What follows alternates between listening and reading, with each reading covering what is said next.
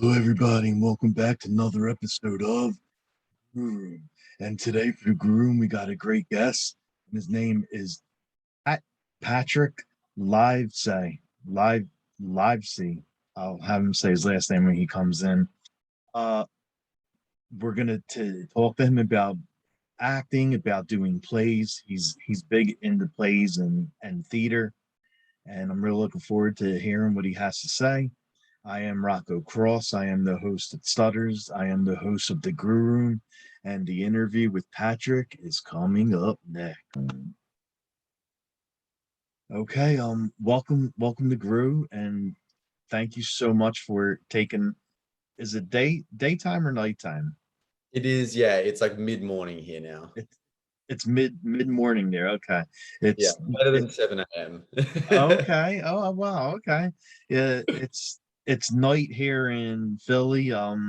It's 8:24 at nighttime right now in Philadelphia. Yeah, 10:24 here in Melbourne. Wow. Okay. Nice. And before we got on, you were telling me that it's still pretty bad there yet, right? Yeah, I was just saying that, obviously in Philadelphia, you've got things open. Yeah. I feel like maybe most of America, places Yeah. are open. Exactly. Yeah, Australia has never been in more lockdowns than we are right now. And Melbourne, where we are, there's like no restaurants, no bars open. You can go for walks, but you can't go to shops. It's crazy. Damn. Oh my God. Yeah. And it's so what we do in Australia is we do these snap lockdowns where when there's a few cases, everything just shuts to like get rid of it. So Really? it's only for a week, maybe for a bit longer, but like Sydney, which is the other capital, like big capital city, they've been in lockdowns for like 6 weeks, maybe more now. Yeah. Oh my God. Yeah, it's crazy. Wow. Yeah. So, The way we've handled it is just awful, and there's like no one is getting vaccinated, not because they don't want to, just because there is no vaccinations. Like oh, I don't know why, but the Australian government just wasn't able to get enough vaccinations in time, and so yeah, it's just been super slow. so like if you want to go get something to eat, what do you have to just call up and do like You can that? Yeah, you can still walk down, and like most places have like a window open, and you can get Oh, takeaway okay. still. And like Uber Eats and all of that kind of stuff. That's still very Okay. much. But So so you got stuff there. Well, you got DoorDash and Uber Eats and all that stuff there, got, right? we've got Uber Eats, we've got Deliveroo. Do you know Deliveroo? That's probably Nah. Australian. The Okay. kangaroo. Yeah. Deliveroo. I think we've got DoorDash. I believe you have Postmates, which we don't have. Yeah. Yeah. I hear Postmates in TV shows a lot, and that's Yeah. that's one. Oh wow. Yeah. Mm. And so if you want to get drunk and buy alcohol, are you still allowed to go buy it Yeah. at I places? mean, And I actually know because there's heaps of line. So our big like alcohol store is Dan Murphy's because we don't have alcohol in supermarkets. mm-hmm. Um, and there was massive lines at Dan Murphy's the night the lockdown was announced because they give you like 3 hours. Okay. We were sitting in our apartment, and then suddenly I got a text from someone being like, "Oh, we're going into lockdown tonight." It was like 3 hours away. So yeah, everyone just like rushes to the shops, even though the shops don't close. Everyone rushes to the shops. Oh my Um, God. yeah, it's crazy. Wow. So what would have been some things you've been doing to not not Not not go go crazy and yeah. yeah. So writing a lot, like working on a lot of writing projects, and a play that I did at the start of this year, we're putting on in Melbourne. I mean, hopefully, who fucking knows? Maybe we won't be putting it on in Melbourne, but we're meant to be putting it on in like 2 months. So Okay. um, just getting ready for that, getting back into gear for that one. Damn. Uh, Mm. So like what do you what kind of stuff do you do for fun? Like what are you allowed to do? Like during lockdown, do you mean? Yeah. Go for walks. That's it. Oh wow. That's Okay. it. Yeah. Go for walks. Some places, some bars do like takeaway cocktails. So a big habit has been like, you know, going, getting a top cocktail and then going for walks with friends. But other than that, like there's not much you can do. Like everything's online now. So you can do trivia nights and you can do stuff like that. But Oh, okay. yeah. So it's basically just a lot of time in your apartment. Wow. Yeah. So But you know, you try and keep busy. So as I said, like working on things, hmm trying to plan as much as you can for the future. Obviously, it's a bit hard with live performance because you don't know when things are going to open again. But yeah, just trying as best we can to plan for the future and work on things and keep things, you know, in the pipeline so that when things do open up, you've got stuff to do. yeah, exactly. Yeah. 'Cause I was looking at your page, like you write, act, I direct and produce, right? Yes. Yeah. So that started more by accident than anything because I went to a big drama school here in Melbourne, and then afterwards was like, well, you know, because in drama school you're there 5 days a week, 8 hours a hmm day, and then you finish drama school and you've got nothing to do. You know, you're working at like a cafe or a restaurant, Yeah. but most of your days are just doing nothing. And so suddenly it's like this whiplash because you've gone from being so insanely busy with creative stuff to having nothing at all. So I just started writing my own stuff as a means of putting things out there and literally just having something to do. Otherwise, I would have gone insane. And so I started writing stuff, and then, you know, I didn't want to, it felt too stressful to try and like bring on a big team of people. So I was like, well, I'll just write it, I'll direct it, I'll produce it, and then I'll star in it as well. Because then that's like, I'm only having to worry about me, Yeah, you know, exactly. not because I'm not a very organized person. So that way I'm not, you know, keep spreadsheets of who's involved and all of that kind of stuff. So yeah, Oh, that's where it started.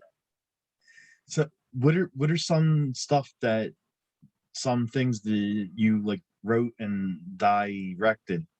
So the first thing I ever did was a solo play called The Boy George, which Okay. was about, I don't know how much, I mean, I think a bit more with Meghan Markle, but I don't know if how much Americans are into the royal family.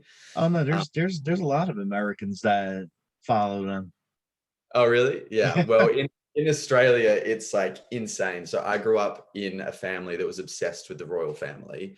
Like we had my mum and my grandma had like plates with their faces on them. They had like the coffee table books about them. So they were just always around me. And then my grandma actually flew over to Melbourne to watch Harry and Meghan Markle's wedding with my sister and I. I don't know why. She did. And so she flew over and she was staying because I was living with my sister. She flew over and was watching it with us. And she was like, had this running commentary of the wedding. She was like, oh, there's the Queenie. And then was like waving at the Queen and then like had nicknames for all the royal family. And I was like, this is nuts. This is so crazy. Um, and so I decided I was like, oh, I want to like write something about this like obsession with the royal family. So I wrote a play where it was set 10 years in the future and the queen had died and it was chaos because no one knew who was going to take over, because no one wanted Prince Charles to be king because, you know, everyone hates Prince Charles. And so I was playing a teenage Prince George who's like the really little, he's the eldest of Prince William's kids. So he's Okay. like third in line to the throne. And I was playing a teenage Prince George who was super gay, super bratty, but was Nice. obsessed with being king. And like his whole life was just about becoming king. And here in this moment was like the potential that he wasn't going to become king. So in that way, it was like I was trying to make commentary about privilege, especially like white inherited privilege, hmm and the way you just assume the world is going to work for you, and like the craziness that ensues when you realize that it doesn't automatically work the way you want it to. So that was really fun. That was really fun. And that did well. It like toured around Australia and a bit over to New Zealand, which is like our Canada. Oh. So it's like, I don't know. It's like when you go to New Zealand, it doesn't feel like you're going overseas, even though technically you are going. Like I literally forgot my passport. That's how much I just didn't think I was going overseas. It was like 2 days before I was meant to fly to New Zealand to do this show. And I was like, oh my God, I don't have a passport. Oh And my so God. I was doing a show at the time. And so my pregnant sister flew, because I was in Adelaide doing this show. My whole family lives there. My pregnant sister flew back to Melbourne to get my passport and fly it back so I could go to New Zealand. Oh my God, that's so awesome. I mean, yeah, that was just the epitome of being like the youngest kid brat, So yeah, that was my first show. And then I wrote my next one was about our former Prime Minister, Julia Gillard, who was the first female Prime Minister of Australia. And it was about her and this other female politician kind of falling in love and saving the world from the patriarchy. Okay.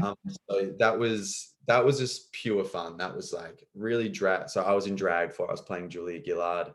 My friend, she was in drag playing Julie Bishop. And so these two politicians are like, it's like Republican and Democrat, they're opposite sides of politics, but both, because they were women, had really awful experiences. Like when Julia Gillard was Prime Minister here, everyone just called her fat and ugly, and like she'd go up to do these, the press conferences where they, deliver important information, and everyone would just be like, what is she wearing? She looks so awful in that. And then there'd be like talk shows, like political talk shows, where you're meant to like discuss, the hot button issues of the day, and people would just be laughing about how fat her butt was. It was just, it was like 3 years of insane misogyny.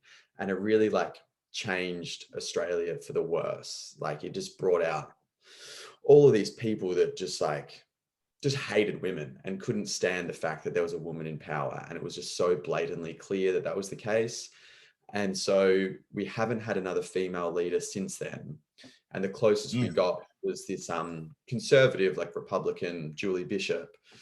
And she's like a centrist. So she's not that progressive, but she's not really that conservative. She's kind of just like run-of-the-mill shitty politician views, But she had been around, she'd been deputy of that party for 11 years. And they had a spill in Australia. We have these spills when anyone can go up for the leadership. And it's like the party doesn't change. It's like that party stays in power, but whoever the leader of the party is can change like that. We've got no say over it. So it's very different to how it is in America. Oh, wow. Yeah. Yeah. So literally when I was in high school, the prime minister changed like 4 times in the space of 3 years. It was nuts without an election happening. Damn. Wow. Yeah. But one of these spills happened, and everyone was like, oh, well, obviously it will be Julie Bishop because she's been around. She's been deputy for 11 years. Like no one else has been around as long as her. All of these other guys, they've been here for like 2 years. And then she was eliminated in the first round. She only got 7 votes out of like 90 votes that were available to get. Damn. So it was just like another example of how even when you're at that top level, the people in your own party are like, yeah, but you couldn't do it. Like you're the deputy. You're not going to like lead the party. Calm down. And so I thought that was nuts. And so, yeah, ended up writing this drag play, very much a comedy and very silly, but they team up together and take down the patriarchy. Wow, I like it. Yeah.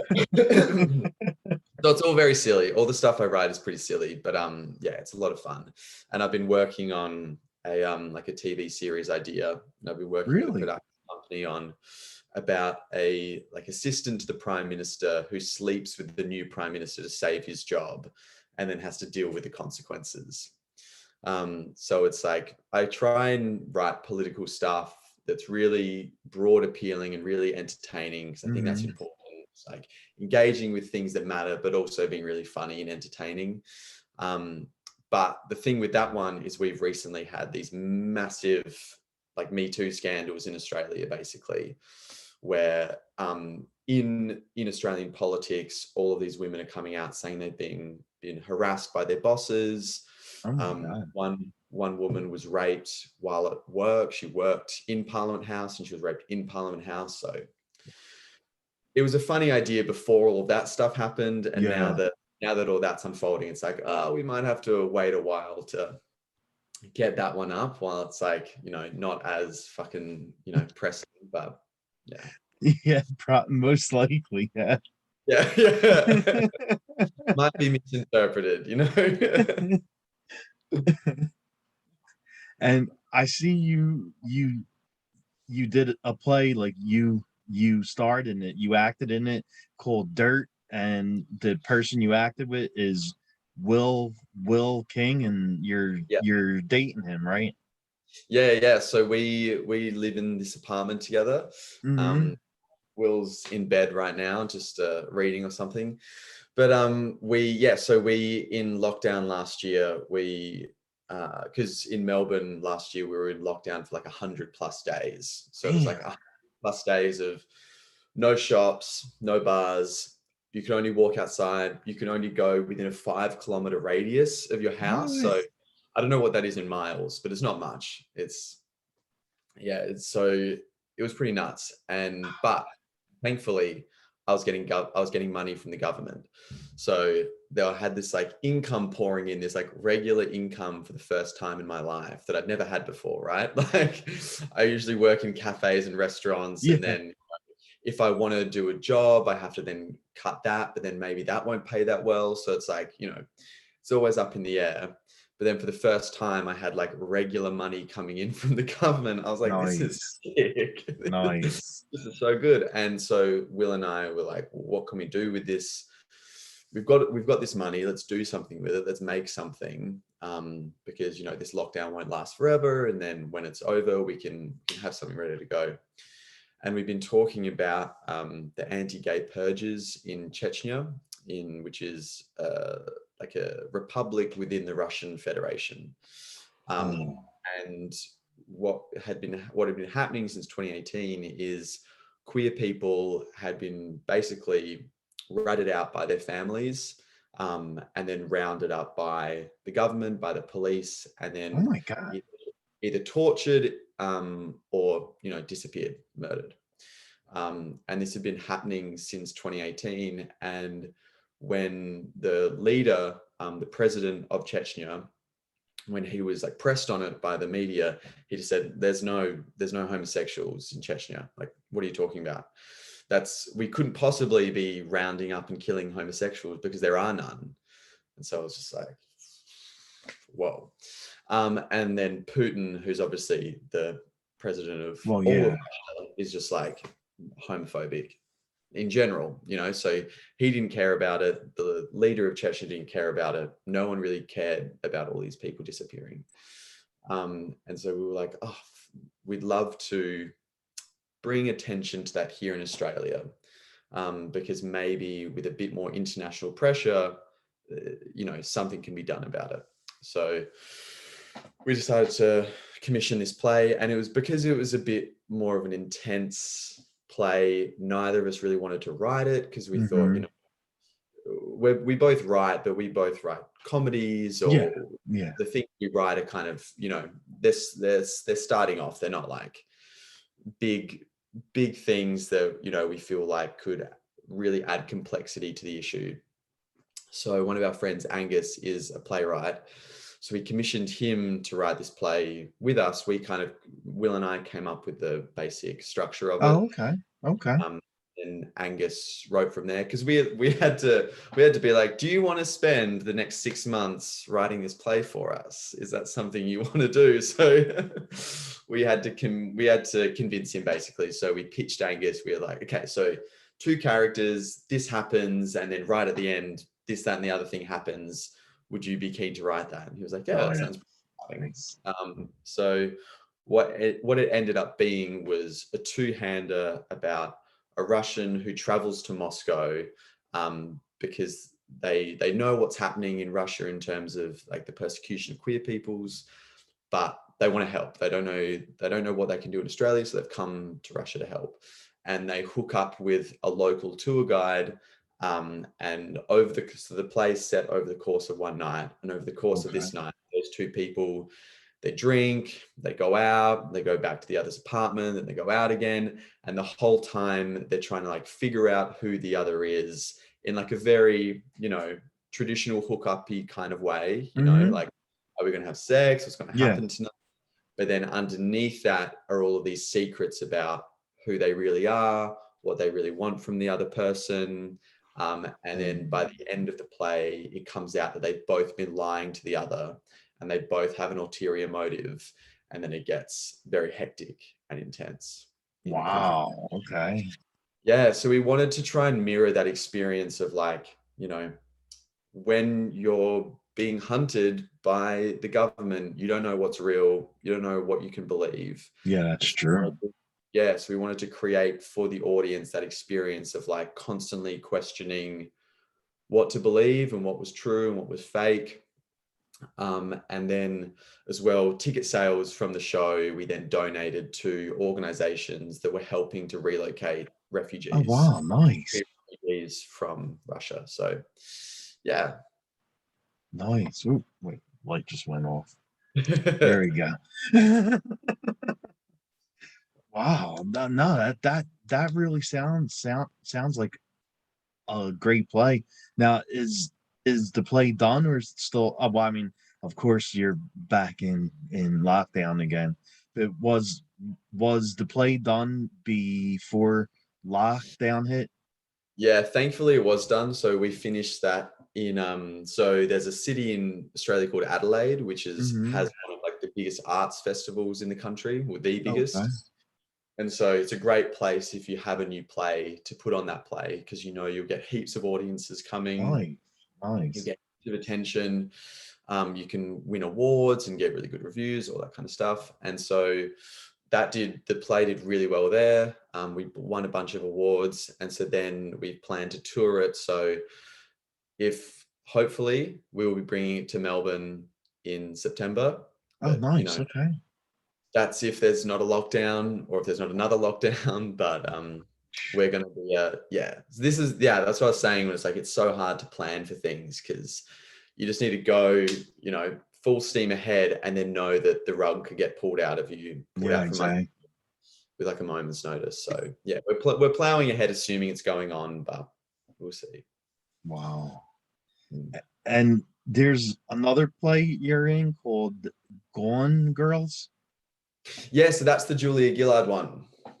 Oh, okay. Okay. Yeah, yeah. So that's it's a riff on the Gillian Flynn, David Fincher movie/book. But yeah, so that's the one where I'm in drag. Gotcha. Okay. All right. Yeah, so I'll be doing that again in October. Nice. Nice. Is do you plan on doing films like films or Definitely. So Will, my partner, is in a TV show which you can actually watch on your Netflix, oh um, really? called Why You Like This? Why Are You Like This? And that's a comedy series, a new Australian comedy series, which is on international Netflix and then will be coming across to our Netflix next year. And then, so Nice. yeah, the plan is definitely to try and like transition into that film and TV stuff. But it's hard in Australia because we have a much smaller industry than obviously you guys do in America. Gotcha. Okay. You can, in America, you can go to LA or you can go to New Yeah. York and kind of be in those auditions constantly trying to get Yeah. that work. Okay. Yeah, it's slim pickings in Australia, but Really? we do what we can. Although it does help that because of COVID, a lot of productions are coming over to Australia, which seems counterintuitive because COVID is really bad here at the moment. But Yeah. yeah, I think when shit hit the fan initially, all the production companies were like, well, COVID is ravaging America, so we can't do productions here. where can we go? Give us, good tax exemptions. We can film easily. And so everything moved over to Australia, and all of these productions were planned in Australia. And now it's like the complete reverse. Oh, But yeah, so there's a bit more opportunity here. So it's just, auditioning, trying to get those gigs. That's it. no. Okay, nice, nice. So, what is there any television shows like you're currently binge watching, or you and your boyfriend are binge watching? Good question. So we have just started watching Hacks, which is on I've HBO never heard Max. of that. Oh, it's so funny. So Gene Smart plays. Did you watch Watchmen? Yeah, Yeah. yeah. So the actress that plays the older version of Silk Spectre? Mm-hmm. Mm-hmm. Yeah. So she plays in Hack. She plays like a Joan Rivers kind of type stand-up Oh, comedian. nice. And she's like an institution on the Vegas Strip. She's like done like 1,000 shows. She's super successful, but they want to move her slot to like a less of a primetime slot. So just do like Tuesdays to Thursdays, and then someone younger and fresher and cooler will do Fridays and Saturdays. And so she ends up working with this Gen Z comedy writer to like spruce up her jokes and bring her into the new generation. So that's really funny. That's a good one. And then we also started watching White Lotus on. Oh, I heard of that. Yeah. Yeah, that's fucking good. That's really funny. Yeah, Jennifer Coolidge in that is just so good. Nice, nice. Okay. And what kind of songs do you like? Like what's currently on your playlist? Let's have a look. I've got my phone. This will be very revealing.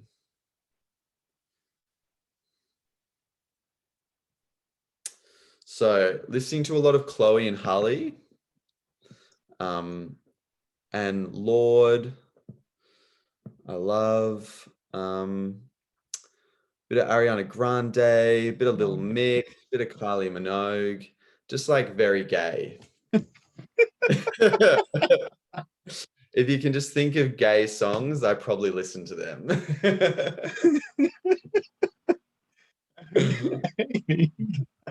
That's pretty much my Spotify.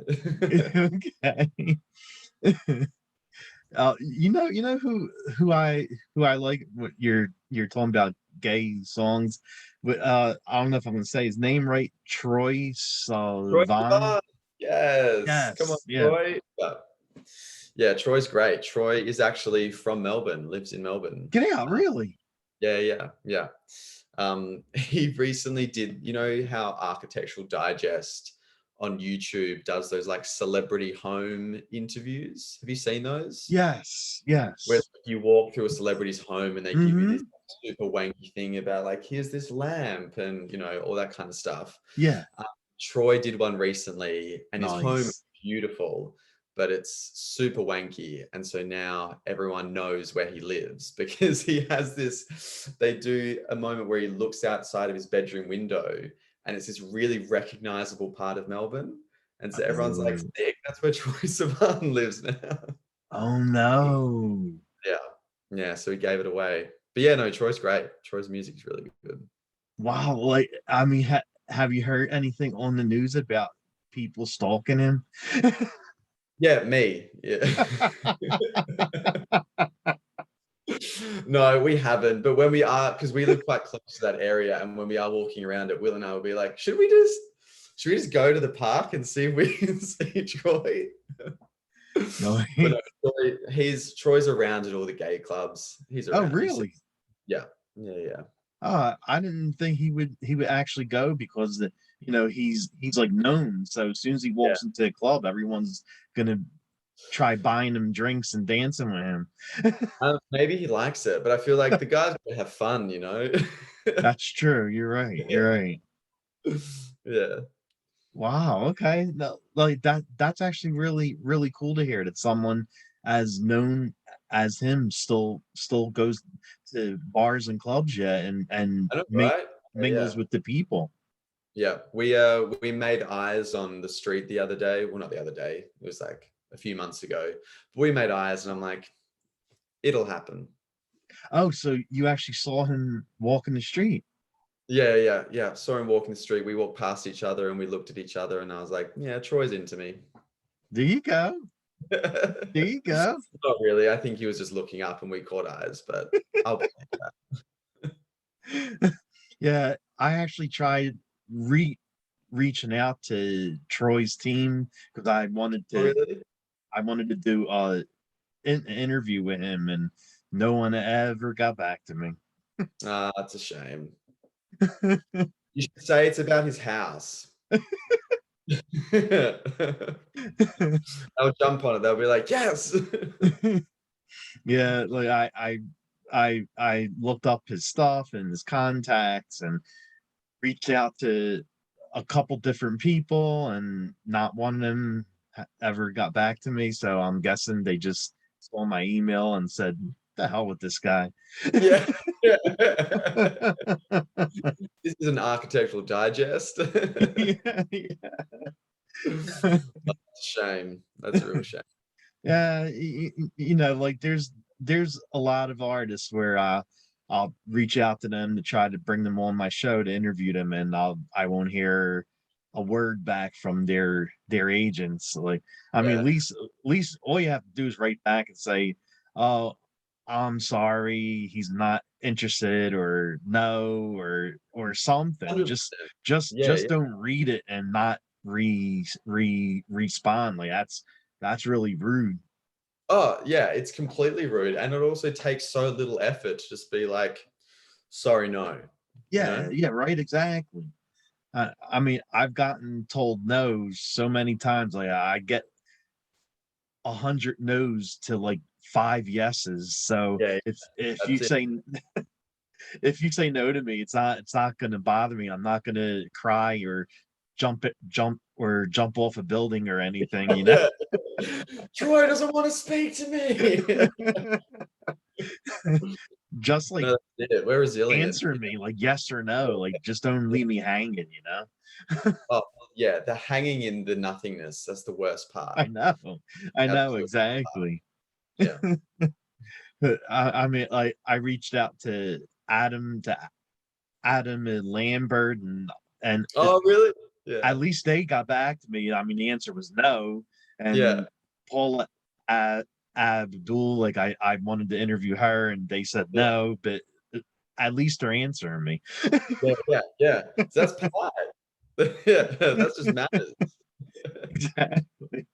Oh man. So Well, thank you for having me. It's a privilege. definitely, man.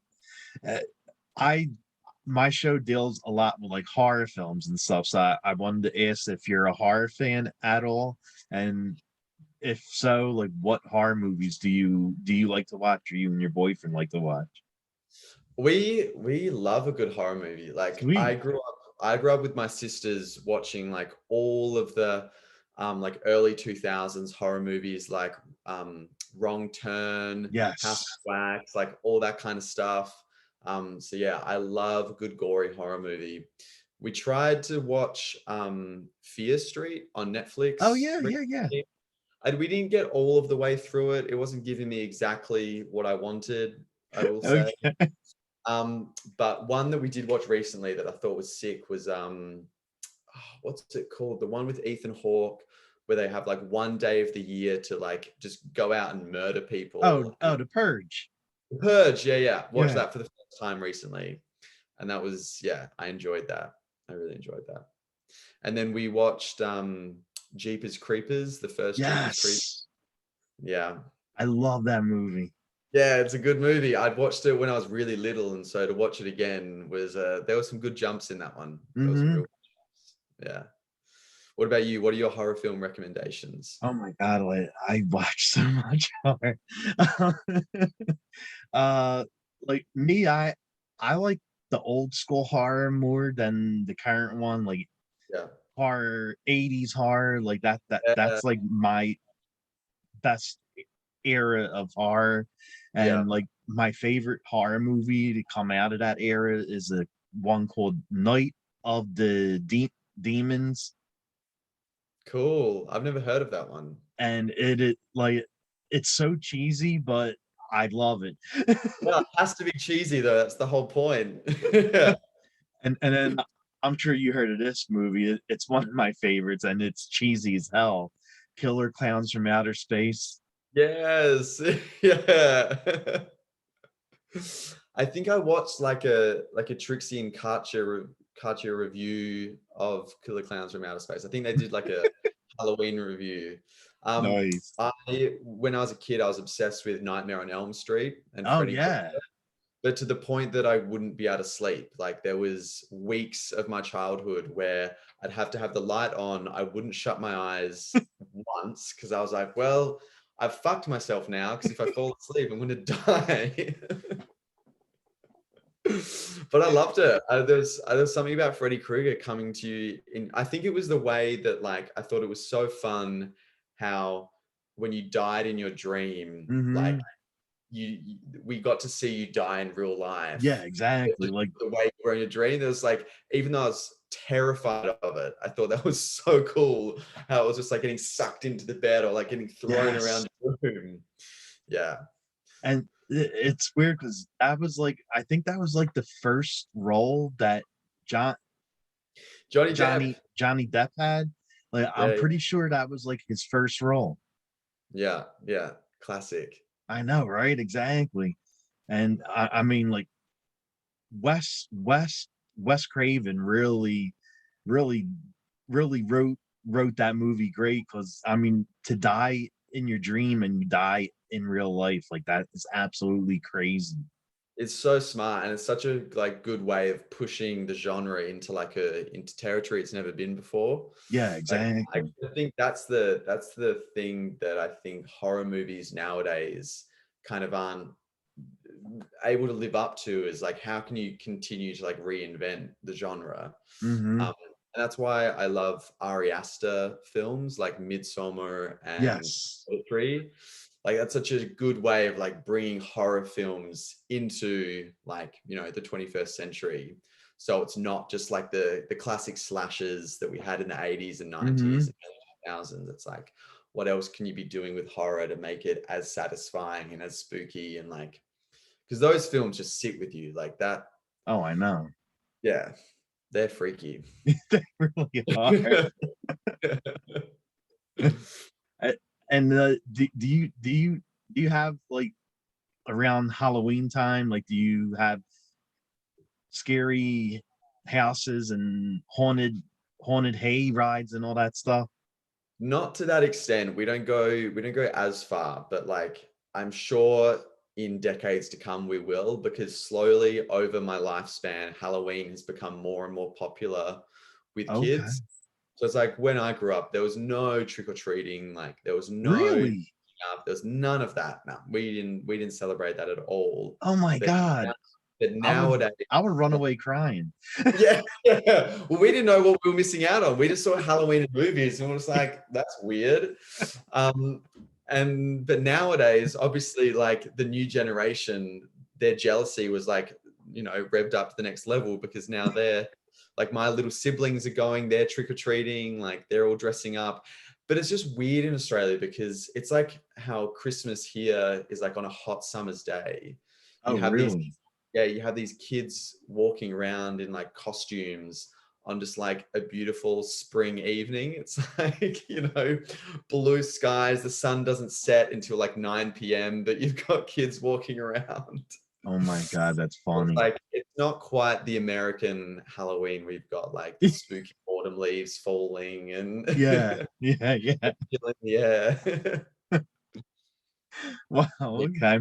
Well, because you see me like living in Philly and stuff, like I love like the scary houses, the haunted houses, haunted hay rides, and they make a killing, so to speak. Like I they, bet it. Yeah, oh yeah. my God, like they make so much money off of that. Like they charge you like $40, $50 to get in.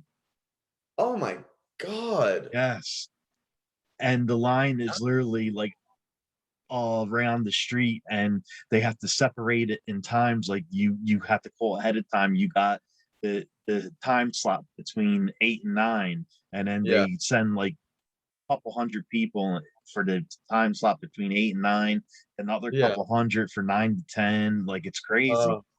And are these the ones where like actors dressed up run at you and try to Mm-hmm. spook you? Yeah. Nah, no can do. That scares the nah.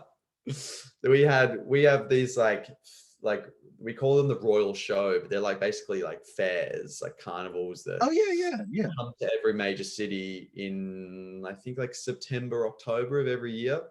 And there's always a haunted house ride. And as a kid, Nice. my dad and my sister would always want to go on them. And you know, you just sit there like covering your eyes the entire time because it was just fucking terrifying. Like what a dumb way of having fun. It's like your adrenaline just I mean, I get it because your adrenaline spikes and you come out and you're just like Exactly. but when I was in London when I was a kid, like on a family holiday, and Madame Tussauds, like the wax museum. Oh yeah. In London, they have, you'd love this. They have like the horror museum downstairs. And so they have all of like the famous like murderers from history. Oh Um, wow. Jack the Ripper and other ones. But they also have like, you know, Alfred Hitchcock down there, and they have like the guy Nice. Psycho and all of that. And it's one of those things where you walk through and people jump out at you and like come to grab you. And I was probably 12 or 13. My sister's a year older. My Mm-hmm. younger brother's 6 years younger. And so we're all kids, you know, with my dad. We go in there and my dad just sprints through the entire thing, like all 15 minutes of this fucking haunted house. And so then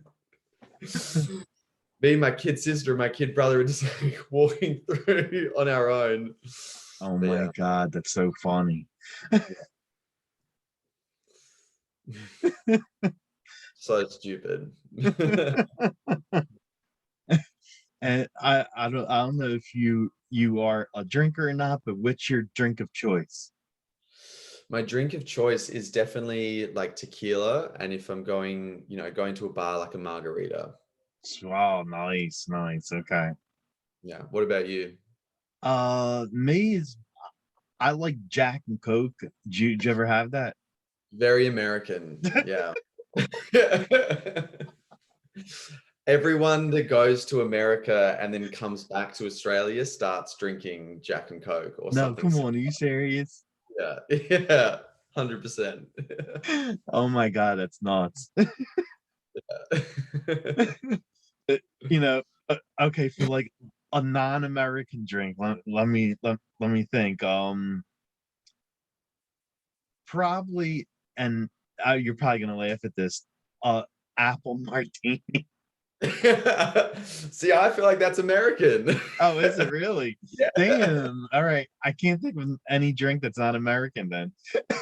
We've especially I think drinking culture we've just absorbed from America. So there's probably not much that's different. I just feel like your American love of like brown liquor is definitely a lot stronger than it is here. Gotcha. Okay. Yeah.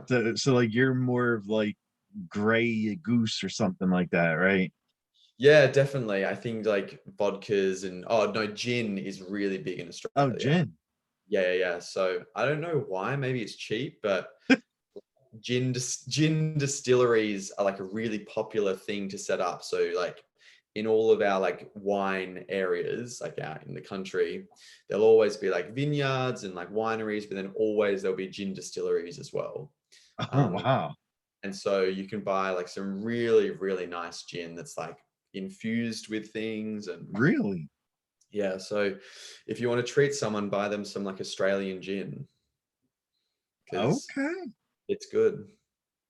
Oh, nice. Thank you. Okay. Yeah, I think four pillars is probably the best. Like four pillars. Um, they have like heaps of different flavors. Nice. And what kind of food do you like? Like, is there any special foods you eat in all Australia? I don't know. Again, we kind of just like do bastardized versions of everything that we see in like America or the UK. We're not very original. Okay. Um, but I mean, one thing that will probably freak Americans out is that like we do eat kangaroo. I So heard that, yeah. yeah, so even though it's like our national animal, um, you can buy it in the supermarket, and it's really good for you because it's like super high in protein. You have all like the benefits of red meat, but it's like super Really? low fat. Yeah. Well, So I actually like, did you ever eat a deer meat venison? yeah, when I was younger, because my stepdad was like a big cook, and so we definitely had, yeah, venison was definitely one of the things we had. Yeah. Yeah, I love venison. Like I buy it every week. I buy the ground meat of venison. Oh my Yeah. God, I love it. Because what's venison? What Deer. animal is? Oh, it's deer. Hmm. Oh, true. Yeah. Yeah, that's like isn't like there are a lot of people like shooting elk or like Yeah, moose. yeah. Yeah. Yeah, I'm sure it's the same as kangaroos. Like I'm sure it's better for you than cows. Yeah. Oh yeah, it definitely is. Yeah, like deer is like really low in fat and sodium and calories, and it's high in protein. Yeah. Yeah, it's good. And it's also like I feel like because I was vegan for 5 years and then Oh slowly wow. like brought meat back into my diet. And I feel like any kind of food you can eat that's local is so Hmm. much better than just relying on factory farming, you know? So that's why kangaroo is so good because we haven't introduced kangaroos, like they're not ruining the wildlife, they're not ruining Yeah, the earth. true. Gorge on kangaroo. And And when that runs out, possums and pigeons. okay. I mean, is there anything you want to like plug or push? I mean, I know right now everything is on standby because of COVID, but is there anything you would like to plug? Yeah, I mean, follow me on Instagram, definitely. You can find like all of my work there, and then also watch Why You Like This on Netflix. That's Will's TV show, and it's like really funny. It's a great example of Australian humor, so check it out. Nice. And what are like where can fans find out like which your social media pages? Instagram definitely is like my main social media platform. So yeah, just follow me on Instagram. Sweet. Okay. Well, I want to thank you again for taking time out of your day. Oh no, And thank you, Rocco. Thanks for the yeah, chat. yeah, definitely. It was really fun. I liked it. Yeah, a lot of fun. Sweet. Enjoy your evening. I'll yeah. See you later. All right, buddy. I'll see you later. See ya. Bye.